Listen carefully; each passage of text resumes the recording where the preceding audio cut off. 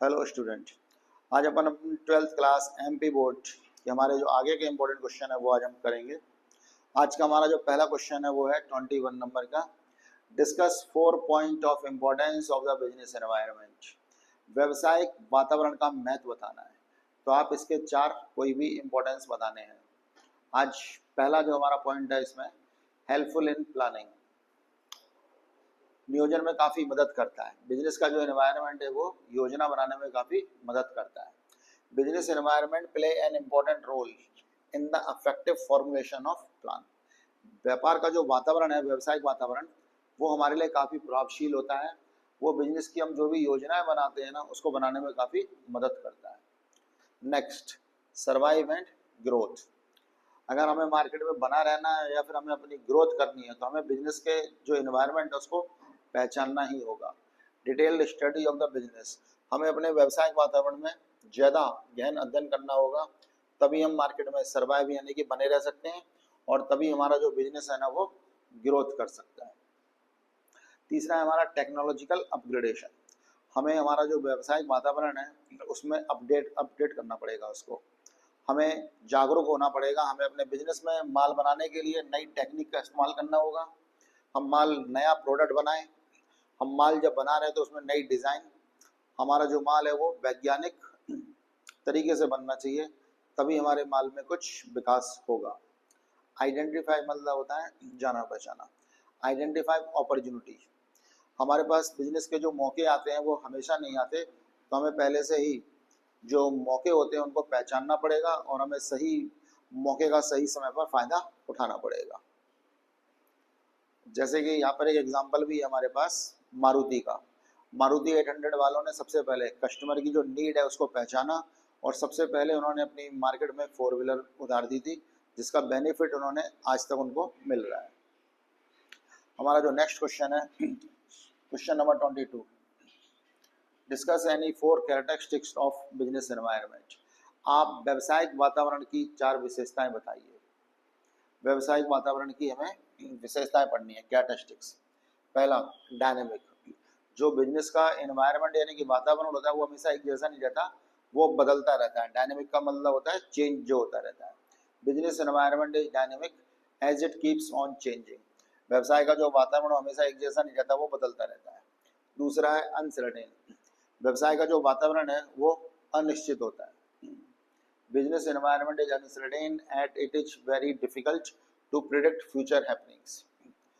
व्यवसाय का जो वातावरण होता है ना वो अनिश्चित होता है। हम सिर्फ अनुमान लगा सकते हैं कि बिजनेस में ऐसा हो सकता है, लेकिन रियल में वही चीज़ हो जाए ये पॉसिबल नहीं है। कॉम्प्लेक्स या कॉम्प्लेक्सिटी, जटिलता। बिजनेस के वातावरण को पहचानना बहुत ही मुश्किल होता है। The business environment is very complex at it is difficult to know the impact of the social, economic, political, technological और legal factor on change in demand of a product in the market. व्यवसाय का जो वातावरण होता है वो काफ़ी complex मतलब जटिल होता है। हमारे बिजनेस में कुछ सामाजिक, कुछ आर्थिक, कुछ राजनीतिक और कुछ तकनीकी जो प्रॉब्लम वगैरह हैं वो आती रहती हैं, या फिर legal factor on change in demand, customer की जो डिमांड है ना वो बदलती रहती है। नेक्स्ट है हमारा रिलेटिव कॉन्सेप्ट। व्यवसाय का जो वातावरण होता है उसका किसी न किसी चीज़ से रिलेशन होता है। The business environment is a relative concept since it differ from country to country and even region to region. व्यवसाय का जो वातावरण होता है उसका किसी न किसी चीज़ से रिलेशन होता है। ये हर देश में अलग और हर क्षेत्र में अलग हो जाता है। Next, what do you mean by planning. आप नियोजन से क्या समझते हैं। What do you mean by planning. Planning मतलब होता है फ्यूचर के लिए योजना बनाना। Planning is deciding in advance what to do and how to do. Planning यानी कि नियोजन का मतलब होता है हमें भविष्य में क्या करना है और कैसे करना है। It is predetermined course of action to achieve a specified aim और गोल। ये पहले से ही तय कर लिया जाता है प्लानिंग में कि हमारा लक्ष्य क्या होगा, हमारा जो एम है वो क्या है और हमें जो अपना लक्ष्य है वो कैसे प्राप्त होगा।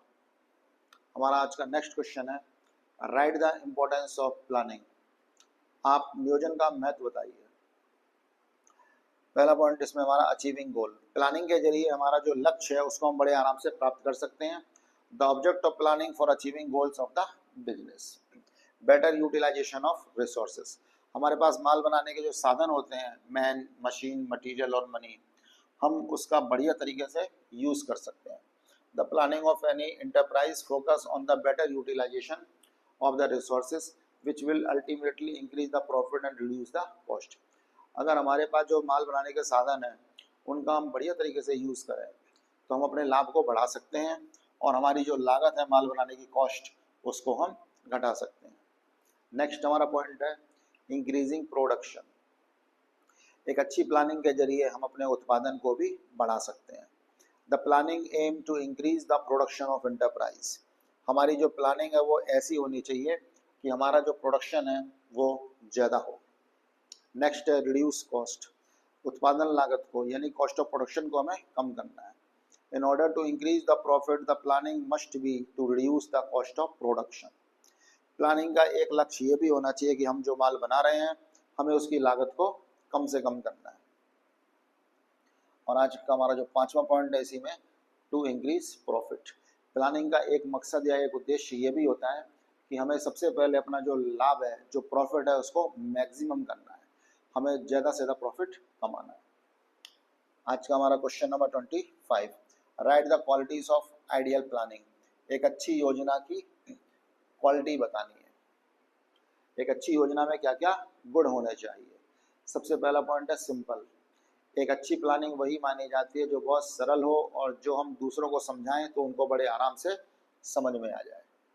इकोनॉमिकल, हमारी जो योजना है, हमारी जो प्लानिंग है वो कैसी होनी चाहिए?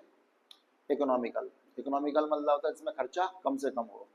Planning should be economical, it should not to be expensive. Planning करते समय हमें ये ध्यान रखना चाहिए हमारी जो प्लानिंग है वो खर्चीली नहीं होनी चाहिए, हमें प्लानिंग करते समय उस पर खर्चा कम से कम करना है। Next, flexible. Planning should not be rigid, जो प्लानिंग है वो लचीली होनी चाहिए, उसमें हम सिचुएशन या सरकमस्टेंस यानी परिस्थिति के हिसाब से कुछ भी चेंज कर लें, प्लानिंग लचीली होनी चाहिए। Next, goal oriented. Planning should be based on principle. Planning ऐसी होनी चाहिए जो हमारा लक्ष्य है उस पर हम फोकस करें। प्लानिंग में हमेशा हमें अपने टारगेट पर फोकस करना है। ओके बॉयज, आज की जो हमारी क्लास है वो ओवर होती है, हम नेक्स्ट क्लास में फिर मिलेंगे।